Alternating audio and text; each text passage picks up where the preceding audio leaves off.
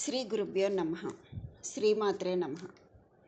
మనము ప్రతి వారము శంకర వాంగ్మయంలో నుంచి కొంత తెలుసుకుంటూ వస్తున్నాము. అంటే శంకర వాంగ్మయం గురించి కొంతైనా తెలుసుకోవాలి, తెలుసుకోకపోతే జీవితం వ్యర్థము అని చెప్పి పెద్దలు చాలామంది చెప్పగా నేను విన్నాను. అందులో భాగంగా మనం రోజు కొంత అందరూ వాళ్ళకి తెలుసున్నవన్నీ కూడా చెప్పి చక్కగా ఎంతో సమాచారాన్ని అందజేస్తున్నారు, ఎంతో చక్కగా అందరూ తెలియజేస్తున్నారు. అందులో భాగంగా ఈరోజు మనం ద్వారకా మఠం గురించి చెప్పుకోబోతున్నాము. ఇది ద్వారకా మఠం శ్రీకృష్ణుని దివ్య క్షేత్రాలలో చాలా విశిష్టమైనది ఈ ద్వారక. గుజరాత్లోని ఈ దివ్యధామం శ్రీకృష్ణుని పాదస్పర్శతో పునీతమైంది. జరాసంధని బారి నుండి తప్పించుకునేందుకు ఈ నగరాన్ని నిర్మించినట్లు మనకి పురాణాల ద్వారా తెలుస్తుంది, అందరికీ కథ తెలుసున్నది. అయితే ఇక్కడ ద్వారకాధీశుని మందిరం మాత్రం చాలా పురాతనమైంది. ఈ మందిరాన్ని 10వ శతాబ్దంలో నిర్మించినట్లు చారిత్రక ఆధారాల ద్వారా తెలుస్తుంది. అయితే శ్రీకృష్ణుని మన్మడు అయినటువంటి వజ్రనాథుడు ఈ మందిరాన్ని మొట్టమొదటిసారి నిర్మించినట్లు మనకి పురాణాల్లో కొంత ప్రస్తావన ఉందన్నమాట. శ్రీకృష్ణుని ద్వారకా నగరం సముద్ర గర్భంలో ఇంకా ఉందని చెప్పి కొంతమంది పరిశోధకుల అభిప్రాయం. ఇంకా కొన్ని మనకి న్యూస్ల ద్వారా కూడా కొంత ఈ విషయాన్ని తెలుస్తూనే ఉంది. అందరూ దీన్ని తెలుసుకుంటూనే ఉన్నారు.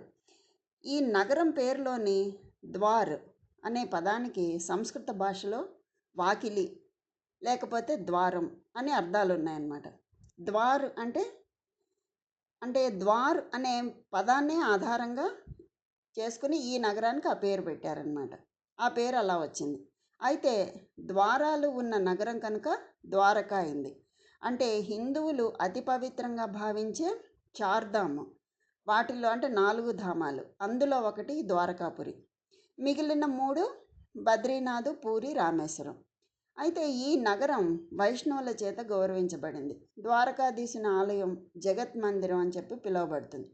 ఈ ఆలయ ప్రధాన దైవం శ్రీకృష్ణుడు. ద్వారకాపురి సమీపంలో జ్యోతిర్లింగాలలో ఒకటి నాగేశ్వర లింగం ఉంది. ఈ ద్వారకలో శంకరాచార్యుడు ద్వారకాపీఠం స్థాపించారు. ఈ మఠం శ్రీకృష్ణ భగవానుడికి సమర్పించబడింది. ఆది శంకరాచార్యుడితో ప్రతిష్ఠించబడినటువంటి 4 మఠాల్లో ఇది ఒకటి. మిగిలినవి శృంగేరి, పూరి, జ్యోతిర్మఠం. ఈ ద్వారకాపీఠాన్నే కాళికాపీఠంగా కూడా చెప్తారు. ఆదిశంకర్లు ద్వారకాధీశుడిని దర్శించి ద్వారకాపీఠాన్ని ప్రతిష్ఠించాడనమాట. ఈ ద్వారకా మఠం జగద్గురు ఆదిశంకరాచార్యుల వారిచే స్థాపించబడినటువంటి 4 మఠాల్లో ఒకటి. ఈ మఠ క్షేత్రం గుజరాత్లో ద్వారకా క్షేత్రంలో ఉంది. ఈ మఠం దేశానికి పశ్చిమంగా మొట్టమొదటిగా స్థాపించబడింది. దీనికే కాళికా మఠం అని, సిద్ధేశ్వర మఠం అని, పశ్చిమామ్నాయ మఠం అని అంటారు దీన్నే. కాళికాదేవి అనంత శక్తిదాయిని అయినటువంటి హిందూ దేవత. కాళిక పేరుకు కాల అంటే నలుపు, కాలం, మరణం, శివుడు ఇలాంటి అర్థాలన్నీ ఉన్నాయి. శాక్తీయులు ఈమెను తాంత్రిక దేవతగా, బ్రహ్మజ్ఞానాన్ని కలిగించేదిగా ఆరాధిస్తారు. ఈమెను కొందరు భవతారిణిగా కూడా కొలుస్తారు. రామకృష్ణ పరమహంస వంటి యోగులు ఈమెను కాళీమాతగా పూజించారు. ఈ కాళిదాసు కూడా కాళీమాతనే కదా పూజించాడు. ఈ కాళికాదేవిని శివుని భార్యగా అతని శరీరం మీద నిలబడినట్లు చెప్తారు.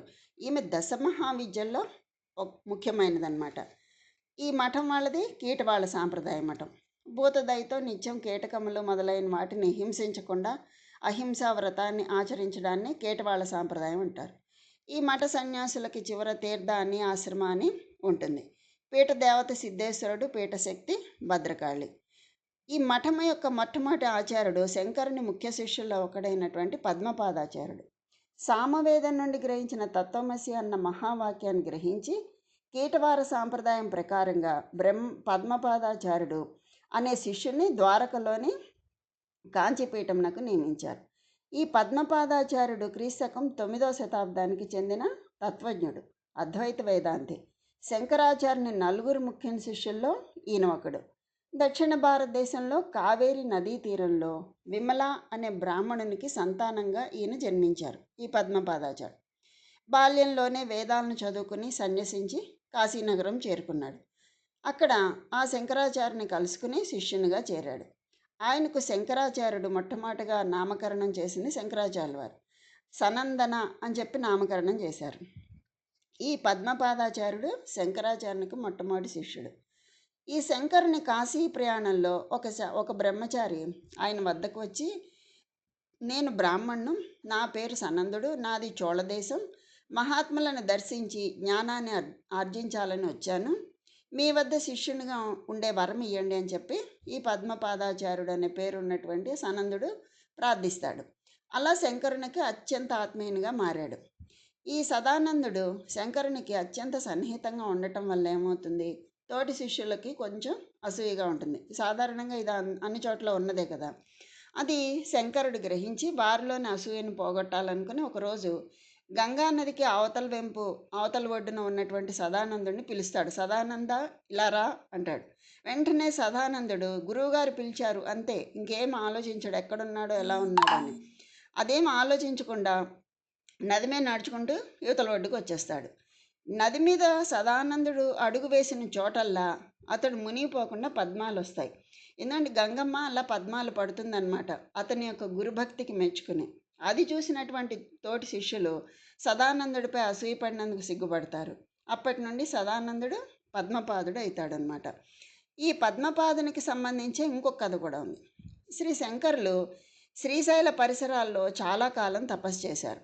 శంకరుడు తపస్సు చేసుకుంటూ ఆ పరిసరాల్లో హిందూ ధర్మ ప్రచారం చేస్తున్న కాలంలో శంకరులు చేసేటటువంటి కార్యాలు, ఈయన చేసే పనులు నచ్చని వాళ్ళు ప్రతి చోట ఉంటారు కదా, మంచి పనులు చేస్తే నచ్చని వాళ్ళు. అలాగా ఆ రోజుల్లో కూడా ఉన్నారు. ఆ నచ్చని కొందరు ఏం చేశారు, ఆయనను అంతమొందించే ప్రయత్నంతో ఆ పరిసరాల్లో బీభత్సం సృష్టిస్తూ ఒక పెద్ద దొంగల ముఠా నాయకుడిని రెచ్చగొట్టి కొంత డబ్బు ఇచ్చి పంపిస్తారు. అతడు అదే ప్రదేశంలో పెద్ద కత్తితో మాటు వేసి తపస్సు చేసుకుంటున్నటువంటి శంకరునికి వెనకాలే వచ్చి ఒకే వేటున తల ఎగురగొట్టాలనే ప్రయత్నంతో ముందు కూరుకుతాడు. ఇక్కడ ఇది జరుగుతున్న సమయంలో శంకరుని యొక్క ప్రధాన శిష్యుడైనటువంటి పద్మపాదుడు శ్రీశైలం కదా, మల్లికార్జున దేవాలయంలో ఈశ్వరుని ధ్యానించుకుంటూ కూర్చున్నాడు. ఈశ్వరునే మనసును ఉంచి ధ్యానిస్తున్న అతనికి హఠాత్తుగా ఇలా వెనకాల ఈ దొంగ వచ్చి వేటు వేస్తున్న దృశ్యం కనిపిస్తుందన్నమాట. వెంటనే అతడు ఉగ్ర రూపంతో లక్ష్మీ నరసింహుణ్ణి ప్రార్థిస్తాడు. ఇక్కడ శంకరుని వధించడానికి ముందుకు వచ్చినటువంటి ఆ దొంగల నాయకునిపై ఒక్కసారిగా ఎట్నుంచో హఠాత్తుగా ఒక సింహం వచ్చి వధించడానికి వచ్చినటువంటి అతని మీద పడి ఆ దొంగల ముఠా నాయకుని మీద పడుతుంది. అతని మీద దాడి చేసి అతని శరీరాన్ని ముక్కలు ముక్కలుగా చీల్చేస్తుంది. ఎలా వచ్చిందో అలా మాయమైపోతుంది వెంటనే ఆ సింహం. ఆ తర్వాత మిగిలిన శిష్యులకి ఈ విషయం తెలిసి పద్మపాదుని యొక్క శక్తికి, అతనికి శంకరులందు ఉన్నటువంటి భక్తికి అతన్ని ఎంతో అభినందిస్తారు. అద్వైత సాహిత్యాన్ని బట్టి చూస్తే ఈయనకు పద్మపాదుడు అని పేరు రావడానికి ఇంకో కథ కూడా ఉందిట.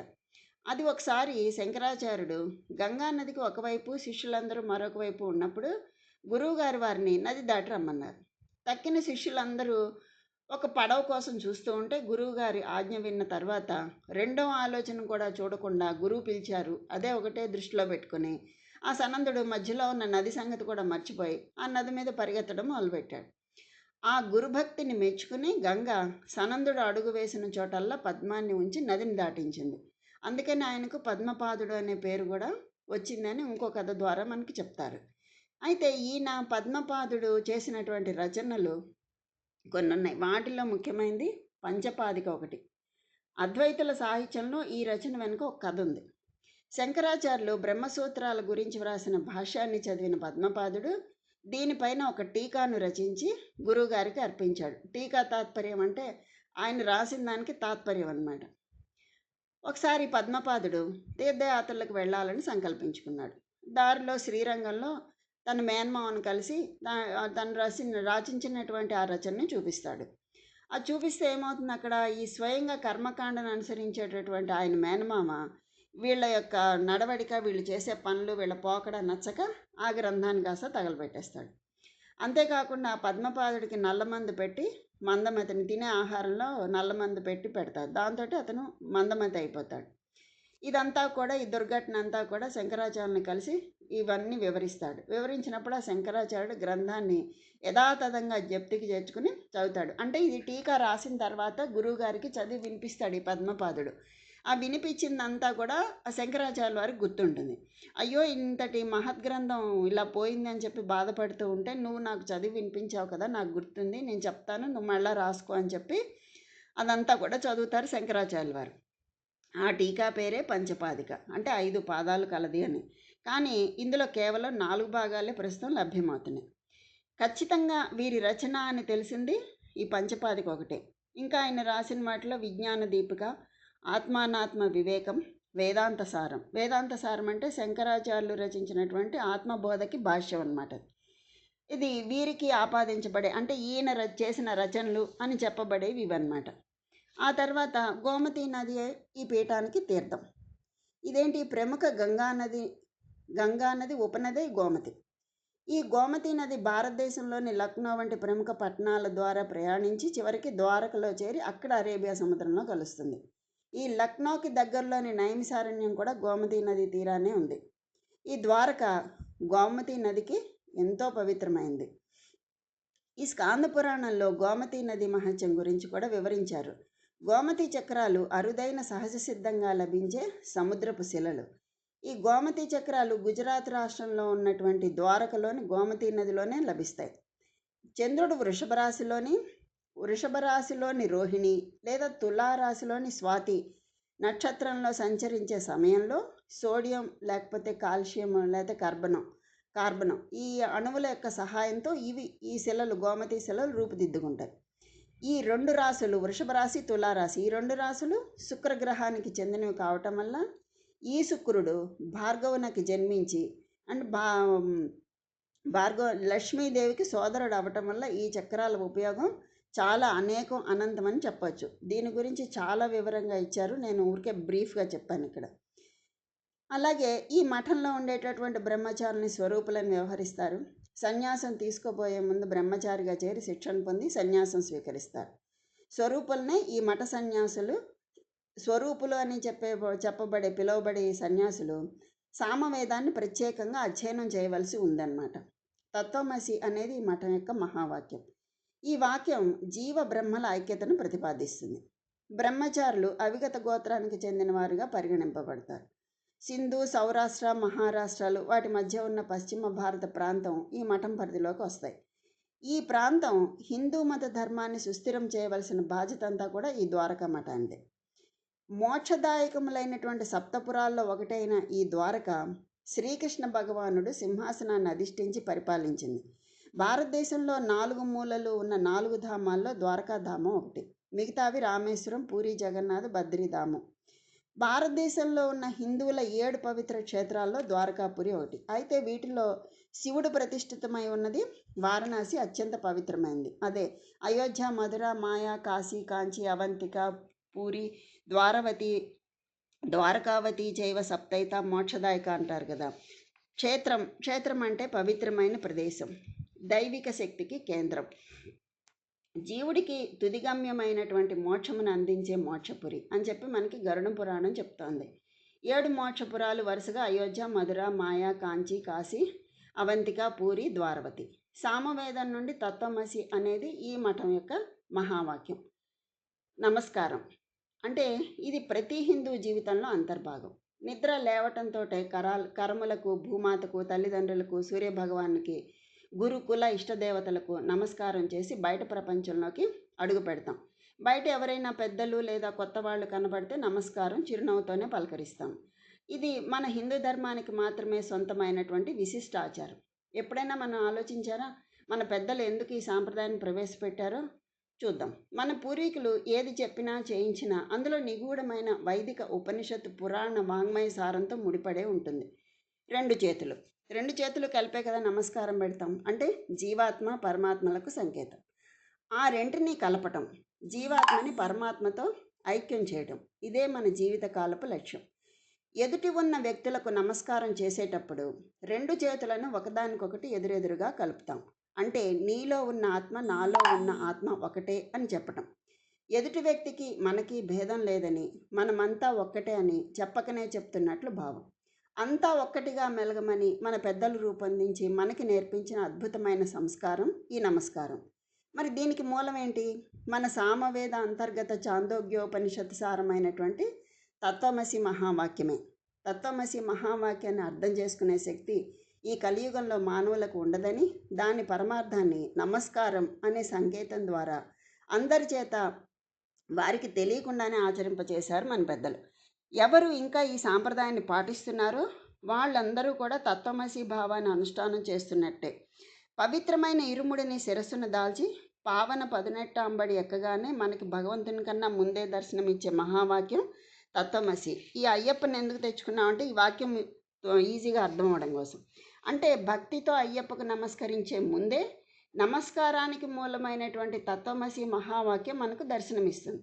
అంటే నమస్కరించే ముందు ఎందుకు నమస్కరిస్తున్నామో, ఎవరికి నమస్కరిస్తున్నామో తెలుసుకొని నమస్కరించమని మర్మగర్భంగా తెలియచేయటం. తత్ అంటే అది, త్వం అంటే నీవే, అసి అంటే అయి ఉన్నావు, తత్వమసి అంటే అది నీవే అయి ఉన్నావు. సులభంగా అర్థమయ్యే విధంగా చెప్పాలంటే నువ్వు ఎవరికి నమస్కరిస్తున్నావో అది నీవే అయి ఉన్నావు. దీనికి ప్రత్యక్ష నిదర్శనం మాలధారణం చేసిన రోజునే మనం మన బాహ్యనామం కోల్పోయి అందరం అయ్యప్పలుగానే పిలువబడుతున్నాం. వందనం, అభివందనం, పాదాభివందనం చేసేది అయ్యప్ప, మరో అయ్యప్పకే. ఏకం సత్ విప్ర బహుదా వదంతి అనగా ఉన్నది ఒక్కటే పలునామాలతో పిలువబడుతున్నది లేదా చూపబడుతుంది అని ఋగ్వేద వాక్యం. మాల ధరించిన స్వామి ఎవరు? జీవాత్మ. ఈ తత్వమసి భావన మనస్సంతా నిండి ఉండగా గర్భగుడిలో అంటే హృదయ గర్భంలో ఉన్న అయ్యప్పకు అంటే పరమాత్మకు నమస్కరించగానే జీవాత్మ పరమాత్మలు అనుసంధానమై క్షిప్రప్రసాద వరదుడైన భక్త హృదయ సామ్రాట్ అఖిలాండ కోటి బ్రహ్మాండ నాయకుడు అయ్యప్ప తన అనంతమైన కరుణా కటాక్షాలను ప్రసరించి ఇహలోక భుక్తిని పరలోక ముక్తిని మహాత్ములకు కూడా దక్కని అరుదైన తన దివ్య సాహిత్యాన్ని పరమాత్మగా మనకు అత్యంత సులువుగా భక్త సులభుడు అనుగ్రహిస్తాడు. అదే అద్వైత శక్తి, జీవన్ముక్తి. స్వస్తి.